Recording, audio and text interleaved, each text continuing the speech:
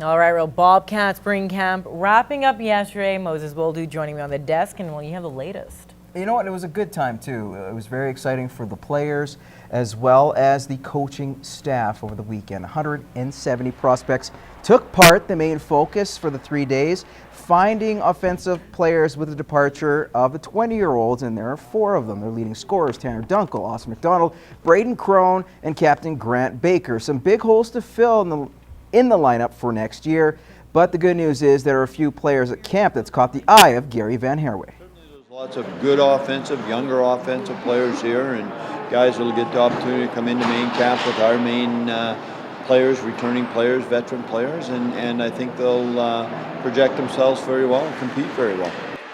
GVH says the Bobcats are planning to have a smaller group at main camp this fall than in years past. We bring the vets back and some of these people from here and some others that couldn't be here this weekend. We're looking for the numbers of, around 45 to 48 players and 3 smaller teams and be able to compete in the fall.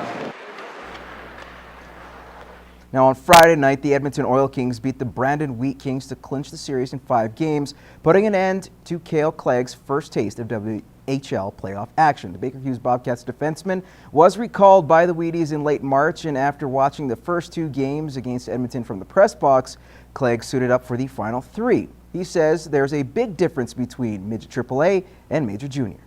It's a lot more intense.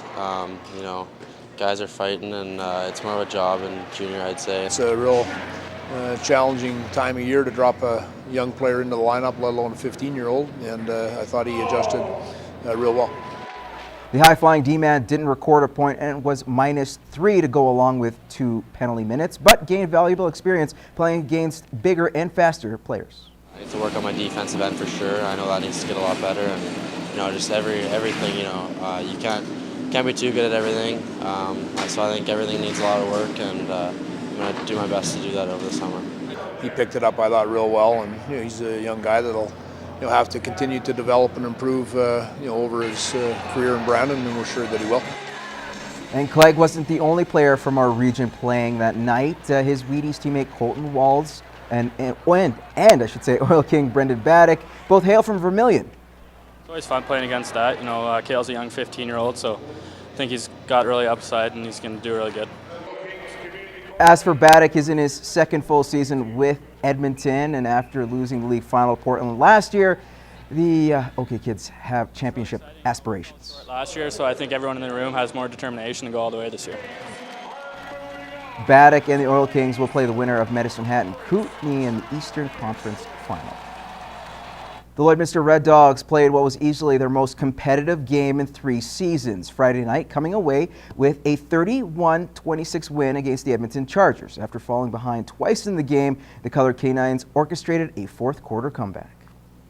We knew we had to win in the 4th quarter. What we elected to do and set up for the 4th quarter was get that win, and we're waiting for that so we could start throwing the ball.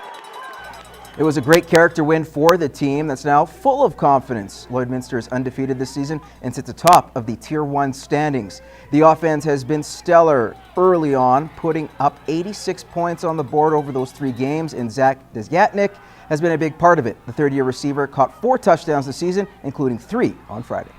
Couldn't hit the big man deep until the 4th quarter, and man, did he come through. We feel great. We know that we're number 1 now. We beat one of the top teams, and we're not gonna take off the pedal or anything. We're gonna keep going. The team will look to continue their winning ways next Saturday against the 1-1 Parkland Predators.